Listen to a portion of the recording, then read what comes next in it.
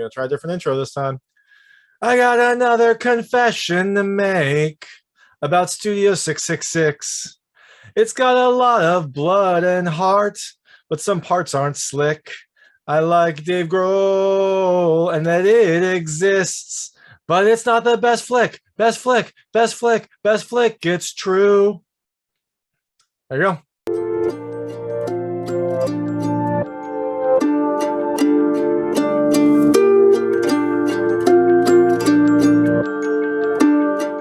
Hey everyone, this is David Stark from Watch Your Pass. I hope you liked the introduction. I hope it wasn't too rough, but it's been a while since I've done any singing. In any event, I'm here to talk to you about Studio 666, which fittingly is a new horror film by the Foo Fighters. It seems to be kind of headlined by Dave Grohl. It's based on a story that Dave Grohl actually wrote, and it stars the whole band, some other characters, and a whole lot of blood and gore. So as you can kind of tell from my introduction, my hot take is I think you should actually rent it. I like the concept, and I really love that it exists. Like, it's such a weird, unique film, but it was a little rough at times. So overall, I thought I liked the effort, but I just didn't think it came together very well. So I think it's ultimately a rental. But you know what? If you're like a huge Foo Fighters fan, if you just love kind of old campy horror, you might like this film more than I did. So I'm going to tell you a little about the film, a few things I liked, a few things I didn't like, and go into the ending. So as you can imagine, there will be spoilers. I'm going to try, let me see. Yeah, I'm going to try to keep most of the spoilers to the ending discussion. So if you just want to hear my thoughts, you can listen up until then. But if you don't want to know anything that happens, if you don't want to know anything about this film, then turn this off now. Otherwise, you can kind of listen to the ending, and I'll try to keep the spoilers to the ending section. So Studio 666 stars the real-life Foo Fighters. They are in LA. They're trying to come up with the concept for, I think, their 10th album. I think they called it Foo Fighters 10. And Dave Grohl has writer's block, as can often happen. So to try to kind of mix things up and get a fresh perspective and a new place to work, his agent slash manager connects him with someone who has this mansion in, I think it's in Encino, California, that's vacant, and that he can go to and come up with make the magic happen that will make Foo Fighters 10 happen. When he gets there, there's some weird stuff going on, but he's into it. He likes the way it's a little creepy. He likes the way it makes his music sound. And so so the Foo Fighters move into this mansion, and then some weird stuff happens. As you can imagine, the start to any horror movie. Oh, and by the way, before this, at the very start of the movie, we find out that there was a band here earlier that was making an album, and they were all killed mysteriously. So, and as you can imagine, it's a horror movie, so things are going to get a little worse and then a lot worse. So, things I liked about this movie. The first, it's Dave Grohl. I mean, look, if you're a Foo Fighters fan, if you're a music fan, like, you know who Dave Grohl is. Love him or hate him. You probably will love him, though. He doesn't seem like a person that you can really not like. But I love that he went for it. He is kind of the star of this film. Like, he went all in. His character does a lot of weird stuff. He kind of does a lot more acting than anyone else, and he seems pretty comfortable. He's not the best actor, but he's a musician. He's been in videos for his entire life. He does a really good job, and I love that he really kind of put everything into it. He really put himself forward, put himself out there, made this really strange project that it seems to have spearheaded. I mean, it's based on a story that he wrote. So overall, I liked him, and I liked the effort that he put in. I liked seeing him in this different scenario, because it was really fun to kind of see what a Foo Fighters horror movie would look like. The second thing I really loved is just kind of the insanity of this all. Like, you have the band, the Foo Fighters, making a campy horror film based on Dave Grohl's story. Like, the entire thing is insane, and the characters themselves do some pretty crazy stuff in this movie. And so you can think of it. I mean, like, just the idea that this is something that is made and this is something that exists. I love the fact that this is out there, that they kind of created this, they went for it, and that all the Foo Fighters participated. Like, everyone takes a role, everyone has a strange kind of personality quirk. Everyone, some of them meet with grisly fates, some of them don't. But overall, I love that this just is in the world. It's just an interesting thing to have. And the last thing I really liked is the music. This is a Foo Fighters movie, so you imagine there was music, and the movie focuses on them trying to create some new songs. So there are some new songs. There's some new Foo Fighters songs. They're a little more rock focused because of the kind of metal horror nature of this movie. And I liked having that in, like having a movie with the Foo Fighters is one thing. Having a movie with the Foo Fighters and new Foo Fighters music is great also. And it also has some callbacks to previous Foo Fighters songs. Like you get little snippets here and there as they're trying to come up with their new sound and get over their writer's block. And the film also has a fun musical cameo that just kind of came out of nowhere, but it was really fun to see, and I really liked how it was incorporated into the story. So things I didn't love. The first is the effects. I mean, they're bad effects, and I think they're intentionally meant to be bad. This feels like a love letter to like an older style horror film.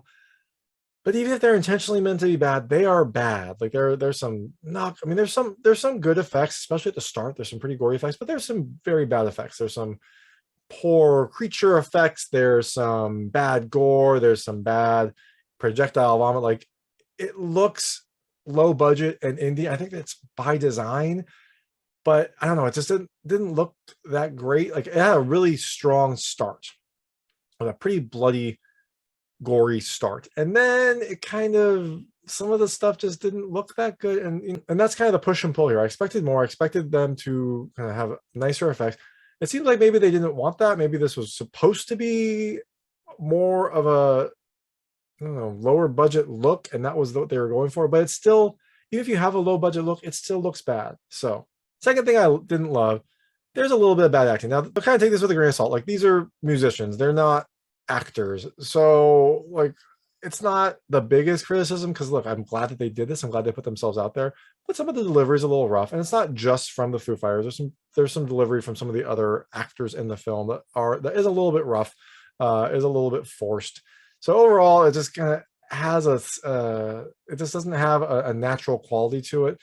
And again, this might be partly by design. I can't tell if they were like trying to go for a low budget style or if that's just what happened naturally because of the nature of this project. But either way, there is some not great line delivery, not great acting in the film. And the last thing I did not love is the lack of horror. I mean, the film starts with a pretty gory, scary-ish opening, and then you have a very long time with not a lot happening. And then towards the end, it goes a little crazy. But by then, it's kind of full-on camp. And so there really isn't much of a scare in this film. Now, I guess this is more of like a horror comedy and maybe focus a lot on the comedy part of it. But again, I was expecting a little bit more from that sinister kind of start. And then the film just kind of didn't kind of meet the expectations I had from that start. And it had a very long middle, and then towards the end, it kind of just went insane. So now, speaking of the end, I'm going to talk to you a little about the ending. So as you can imagine now, there will be massive spoilers. Turn this off if you don't want to know what happens in this film. So like I said, the film started with that first band getting murdered, and then it kind of fast forwards 20 years. I think one of the band members actually did it. Then it fast forwards 20 years, and you get Dave Grohl trying to get over his writer's block. And they go to this house, and when they're touring, Dave kind of sits down and like he feels this like creepy energy. It seems like there's flashes of like screaming faces as he's sitting there in the house. So it definitely has a creep factor to it. It felt a little cheap, but I think that's the vibe they were going for. But they end up staying, and they start working on the album, and strange stuff happens. So the first thing is people start dying. So the first person to die is the delivery person that delivers them some food. He gets slaughtered by this like strange gardener looking character. And then you also have Shifty, one of the members of the band, who gets slaughtered and then grilled. So at some point you find out that Dave Grohl's character killed both of them. They find the delivery person. He's like strung up, very kind of ritualistic looking. They want to call the cops. But Dave Grohl says, no, don't call the cops. Because if you do, they are going to set up this as a crime scene, and we can kiss the cool sound we're going for goodbye. But after this, Dave starts changing a little bit more. Like he becomes kind of a guitar god. Like he has this insane metal solo like right after this. But he also starts to become a little more feral. He gets a little bit more angry, and he starts eating like raw meat. Like his steaks are just like bloody rare. So, little change in his personality. So eventually a neighbor person who's played by Whitney Cummings comes over and tells the band that the house allows spiritual entities to cross into this world.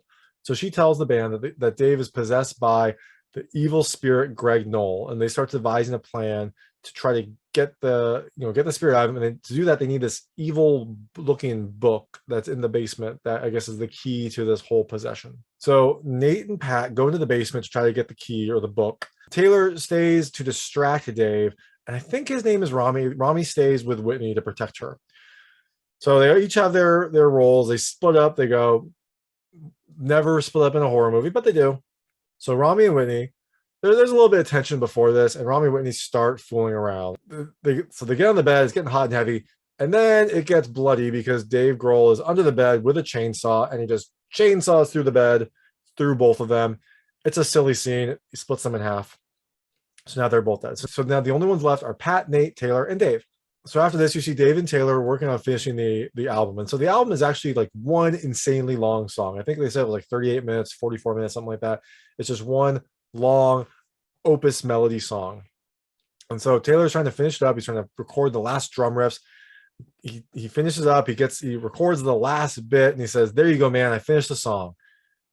And that's when Dave says, "You did," in like a demon voice. And then he throws a cymbal at Taylor, and it like kind of decapitate, like it goes in his mouth. So it like, I don't know, it's not really decapitation, but it kind of cuts from the jaw down. And so Nate and Pat are in the basement and they find the book, but they're attacked by these really low budget spirits. They look really like people in like black outfits with LEDs on their face. I think the LEDs are like added in post, but I'm not sure. They get attacked by them. They somehow escape, and they read the book, and they say that here are the signs that you should look for when someone is possessed by a demon: a digestive system shutdown. Dave has been puking a lot. The ability to levitate or defy gravity, and you see this also kind of in a silly like vampire type looking setup where he kind of flies in and then flies out in a very low budget way. Incessant masturbation. They don't show this, but you see like a door closed and they're trying to like knock on it. And then also an insatiable hunger for raw meat, which you've seen before. So they realize that Dave has all that and that he is probably possessed. Then they also realize he's possessed when they see him like actually shredding a body. There's like a leaf shredder or like a wood chipper. He's just throwing parts into there, presumably Taylor's parts, and they're just splatting in like showers of blood. So they realize that they got to use the book to save Dave, and so they try to use the book to cast a spell. And I guess I don't remember exactly what the spell needed, but one of the things was holy water. And so they use the pool. They try to bless the pool to make holy water so that they could free Dave from this evil spirit. So at this point, Dave is pursuing them. He has like a cross between like a werewolf and a vampire. Like he has a more of a feral attitude, but some of his powers seem to be kind of like a vampire. So, I'm not exactly sure what he is, but he's pursuing them. They use the book, they cast the spell, and they throw Dave in the water. So now Dave's in the water, the holy pool. It's bubbling. It's, somewhat dramatic. Dave climbs out, and he seems to be himself. He says that they can't finish the song because that would let whatever's in the basement out. Whatever's in the basement needs to be left in the basement. And then he just starts vomiting for a very long time in a very low budget way. And that vomit eventually coalesces into an entity. That entity turns to the reigning Foo Fighters and says he will kill them like the rest of the pathetic band. And Dave just jumps and like just starts wailing on this entity. Just unnecessary Family Guy level of violence, just wailing on him. So when that entity passes out, the other band that was killed earlier appears. And they say that the curse is lifted now and that this monster, the one that Dave just beat up, must suffer. So the lead singer, who was also like the only person we actually saw killed at the very start, grabs the book and some of the blood from the monster and kind of pours the blood on the book, and the book absorbs it. So then all these like low budget ghost things pop out of the monster screams, and they all go into the book. Like the book absorbs this entity.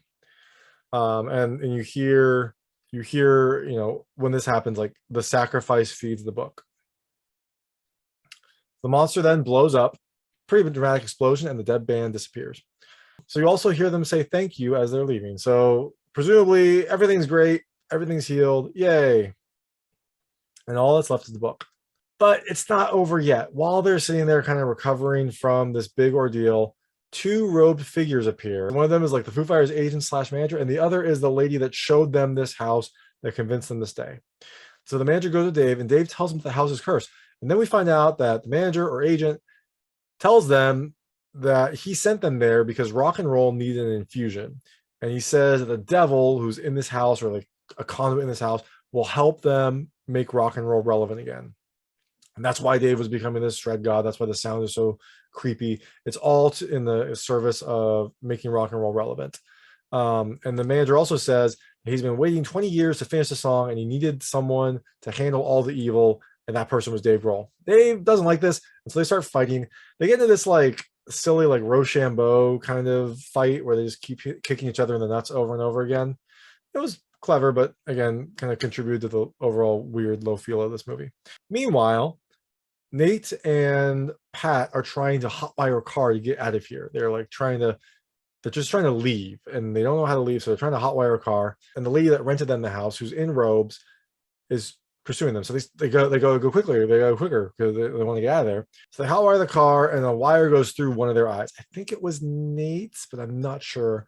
And he freaks out because there's a wire like sticking through his eye, and so he like accidentally slams on the gas, rolls the car back, runs over the other one, who I'm going to say is Pat, but I'm not 100% sure on that, and also hits the real estate lady in the process. So Nate, whoever was in the car, sees what he's done, goes to check on the Asian lady to see if she's dead, and then she like opens her eyes and kills him, and then expires. So now everyone is dead except for Dave and the manager.